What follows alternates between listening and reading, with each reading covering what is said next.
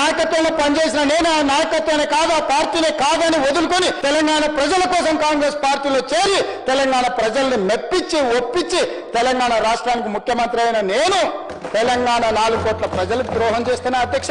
ఆనాడు వారి నాయకత్వంలో ఉన్నప్పుడు తెలంగాణ బిల్లు వస్తే ఇదే బట్టి విక్రమార్క గారు ఆ కుర్చీలో కూర్చున్నప్పుడు 54 నిమిషాలు చంద్రబాబు నాయుడు గారు ఎక్కడ కూర్చుంటా 3వ బెంచ్లో నించున్న నేను తెలంగాణ కోసం ఏం మాట్లాడినో సజీవ సాక్షి ఈ చట్టసభలలో రికార్డులను ఒకసారి తిరిగేయండి అధ్యక్ష.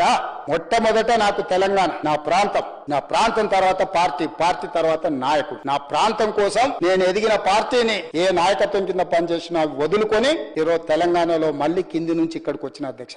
ఎవరైనా అన్నం తినేవాడు, ఎవరైనా తెలంగాణ చీము రక్తం ఉన్నవాడు తెలంగాణ ప్రజలకు ద్రోహం చేసి ఈ ప్రాంత తాగునీరుని సాగునీరుని ఆంధ్రాకు తాకట్టు పెడతారా అధ్యక్ష? నాలాకటి వాడు పెడతారా అధ్యక్ష? 20 ఏళ్ల నుంచి మీరు అందరు నన్ను చూస్తారు, మీరైతే 30 ఏళ్ల నుంచి చూసిండ్రు. విషయం వచ్చినప్పుడు నేను మనుషుల పట్ల మర్యాదగా ఉంటా, వ్యక్తులను గౌరవిస్తా, సమాజంలో మర్యాదగా బ్రతకాలనుకుంటా. కానీ హక్కులకు భంగం కలిగితే ఎవరి మీదైనా తిరగబడతా అధ్యక్ష.